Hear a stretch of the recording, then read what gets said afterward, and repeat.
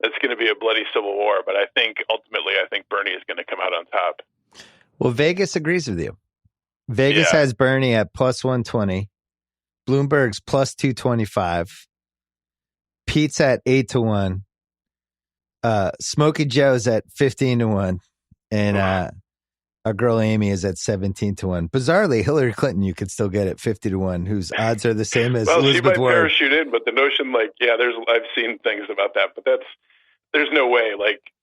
Bernie will burn the party to the ground if they did that too, and it's not like she's going to parachute in and unite everybody and coalesce the party around her, who most of whom hate her. So I don't think that's happening. Who do you think Trump wants to face? Because we're really down Bernie. to. Oh, you think that's who he wants? Yeah, yeah. Why? Because it's going to be like the British election all over again. I mean, Jeremy Corbyn was who was the Labour leader party in the most recent British elections, and I realize that's more complicated because of Brexit and everything else. But the Labour Party had the worst showing in its history, essentially, or I think in its history, against Boris Johnson, who's basically the Trump of England, and it was because Jeremy Corbyn had openly flirted with communism most of his career and was way out there. And that's in England, where they sort of have, it's Europe. They're more open to socialism or democratic socialism than we are in this country. So I just think that Bernie screaming, 78 years old, screaming about billionaires and, threatening to take away your health care to give you government health care is not going to sell. It's not going to sell in Midwestern states for union guys that have collectively bargained for health care and don't want to go on a government health care plan. And it's you're going to go with it's going to be a choice basically of the lunatic I know or the lunatic I don't know. And it's going to, it's going to be ugly. Excuse me. And I think Trump is ultimately going to win. That's who he would want to face.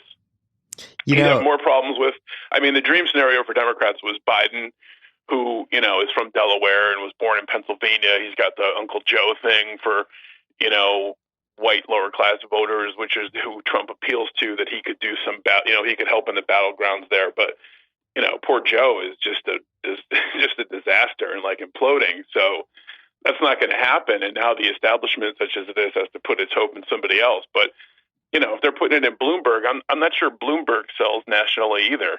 So he could self-fund. He's got a fortune. So they would like that aspect of it. But Trump would definitely want to run against Bernie of everybody that's left.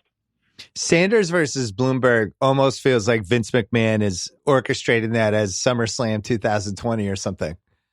Yeah, that would be. It's just like the billionaire. He's a billionaire. He hates billionaires. Bloomberg, exactly. Sanders. And they're going to do it that way. And they're just. That's right. And it'll be like they should just have entrance music when they go in and the whole thing. But Bloomberg is literally what Sanders hates. And that's probably his biggest obstacle. The Mayor Pete thing, I'm just astonished it's gone this long. I didn't see that one coming. It's insanity.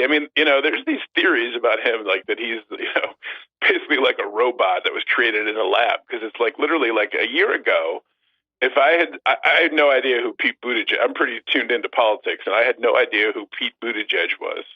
I couldn't have named the mayor of South Bend, Indiana at gunpoint. Yeah. And now he's like a household name, and he's a legitimate contender for the Democratic nomination. He semi-won Iowa, and he came in a close second in New Hampshire. This is a guy who's 37 years old. He's the mayor of the fourth largest city in freaking Indiana. Right. And I saw a thing after the Iowa caucuses when he won sort of the Iowa caucuses, and he got whatever he got for votes, tens of thousands of votes. He had never gotten more than 9,000 votes in his life before, because you can get elected the mayor of South Bend with 9,000 votes. Yeah. And now the guy is a legitimate contender for the presidency. It's crazy. And here's a guy, I don't understand why he wouldn't run for. Could we run for Congress first, or Senate, or governor of Indiana? We're just going to go from being the mayor of South Bend to being the president? I don't know. And he speaks in platitudes and cliches, but the voters eat it up. He has an impressive resume. The guy served in the military. He's a Rhodes Scholar, Ivy League, speaks multiple languages. It's all great. It's a great resume, but he's 37 years old and he's run South Bend. It's like when an NFL team hires some like 30-year-old whiz kid coach. And sometimes it works out, like Mike Tomlin, Sean McVay. I guess, Sean McVay. But they're just like, all these guys suck. What about this guy? He's 7 years away. Let's give him a whirl. That's right. I'm back to the robot thing, because I think it's a crucial point.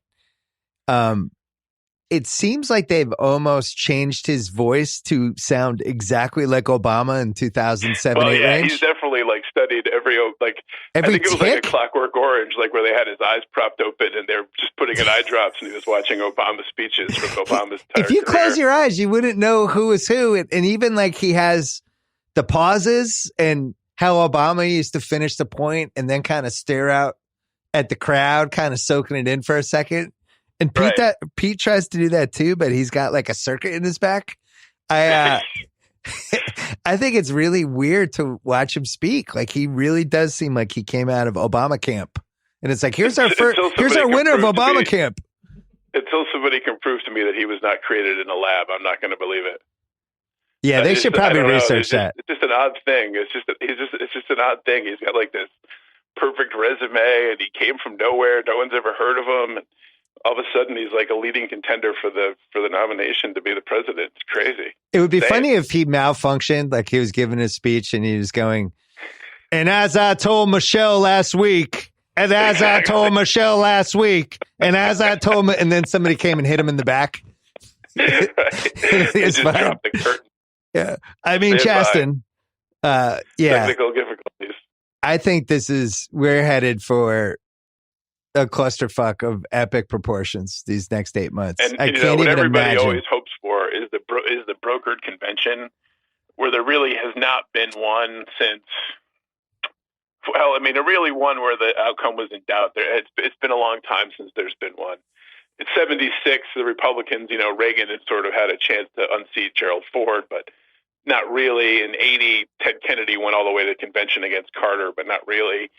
So journalists are always hoping for that. And this year, if Biden was ever to rally in South Carolina, because he's the only guy in the race, he's the only guy left on the Democratic side that has some appeal to African American voters. Although I guess Bernie has made some inroads there. Yeah, Bernie has.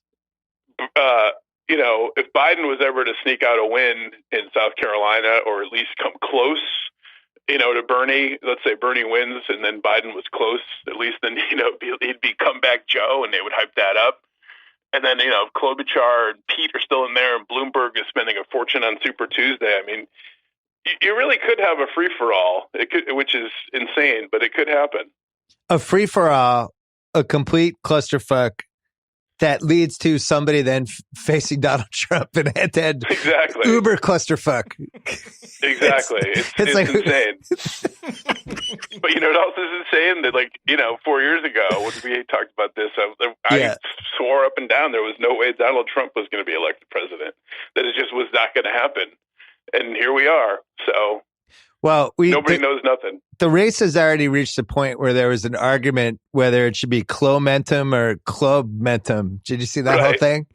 And and somebody said, no, it should be Clomentum. And they were arguing about that for Klobuchar, who is destined to become the Michael Dukakis of this whole thing, where in the John Lovett sketch a million years ago with Bush with I can't believe I'm losing to this guy. Like that's whoever she's in at the end, that'll be her demeanor. Just like, the knives will come out for her now because nobody felt the need to drop any Oppo research on her. But now I saw a thing on Twitter today where she gave a speech a few years ago talking about how, they needed order on the border, and they're, basically not quite calling for Trump's wall, but, she was like a border hawk. So that's going to hurt her in Democrat circles. And there's a lot of stories about her being very mean to her staff and like abusive to her staff and things. So they'll dig all those stories up too. Yeah, I was less alarmed by that because Donald Trump is our president. Exactly. People might be like, we want a president who's tough. That's good. She's hard on the staff. It was like it's almost I read those stories. I'm like, all right, how mean? Like, did she dump a soup on somebody, or did she she threw binders at people allegedly, like full binders of paper. But where? At their arm? At their head? Like, can I have more detail? You didn't hear the Combe story? No. What was that one? Oh, so this is I forgot where this was. They had this big article. I forgot if it was it wasn't some like, right wing rag. It was like a legitimate magazine or something. They had articles in there where I don't know if it was the Washington Post, whatever. Supposedly she was going to catch a plane, and she had some staff with her, and they were like hustling to make the plane, and so she said, "Go get me something to eat." And the staff person went and got like a salad at the airport, and they got on the plane, and he had neglected to get a fork for the salad.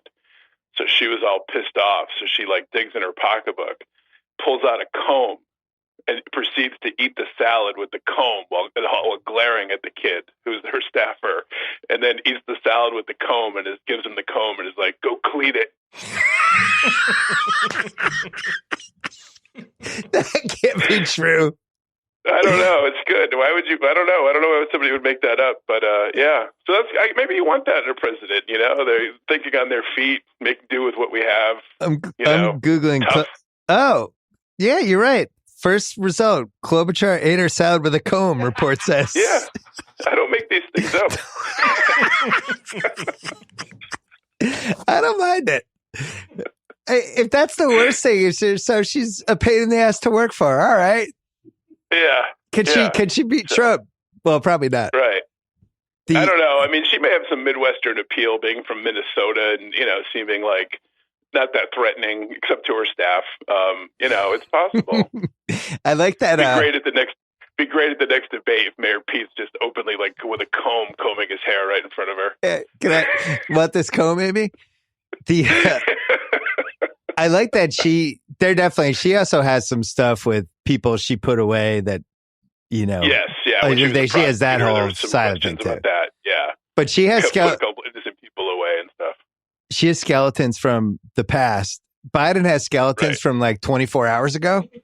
Exactly. It's like, oh yeah, remember that dog face comment you made to that poor lady who asked you a question? And he's poor rough. Joe Biden. I didn't even understand that. Like, she was like, "Why did you do so poorly in Iowa?" And he's like, "Did you ever participate in an Iowa caucus?" She's like, "Yes." Then he goes, "You're a lying dog-faced pony soldier." I saw that. Like, what? And I think he was kidding. Apparently, a quote from it's a quote from some John Wayne movie, like she wore a yellow ribbon or something from like 1940. And like, Joe, can we be a little more timely with like, can you quote Once Upon a Time in Hollywood or, anything? Not John Wayne.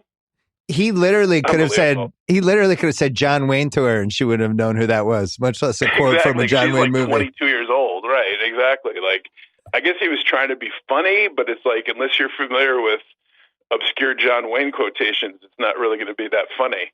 Even my dad didn't get it, and he's 71. I think there was like an 85-year-old who thought it was hilarious, though. It's like, oh, John Wayne. And he's just like, he looks bad. It's like, I mean, it's really like his family ought to sit him down and be like, "Joe, I don't think this is happening. Like, you tried to wave the flag, you tried to, carry the banner, but it's not your time. It's just, your time has passed. It's enough. You've done your service. It's good. You're done." Yeah, I kind of thought that was the job of somebody's kids, to intervene on somebody's behalf. The nature of politics is like, you have so much confidence or ego that you think, like Elizabeth Warren. Why is Elizabeth Warren still in the race this Wednesday? She was like the leader. She shot out early. She had this huge lead, and she got killed in Iowa, and then she got killed in New Hampshire, which is the state right next to the one she represents, where she lives. The people that are most familiar with her, and she got 9% of the vote. And she's like, "Well, the fight continues. Fight continues. There is no more fight." Yeah, it's ridiculous. You were counted out. The fight continues. Yeah, it was a knockout, and you lost, and the trainer's taking your gloves off. I never got the Warren thing. It's like Michael Spinks after he got knocked out by Tyson in like 14 seconds, and he's like, "The fight continues." No, it's over. It does not continue. Sorry, Michael, you lost in 91 seconds. Yeah, right. Sanders market corrected her. I think people thought. I think initially people thought Sanders, like, oh, he had a shot, there's no chance, and then he basically took all the stuff. But there's been a lot of stuff lately about, because people thought, well, when Warren's out, Sanders will get all of her people, and that'll be one super group of that demo, and that will beat everybody. But if you look at Klobuchar and Mayor Pete, that combo, it's probably around the same amount of people. It's all going to come down to what happens with Bloomberg. He's the wild card, and he's literally Dr. Evil. He has so much money. He's in his fucking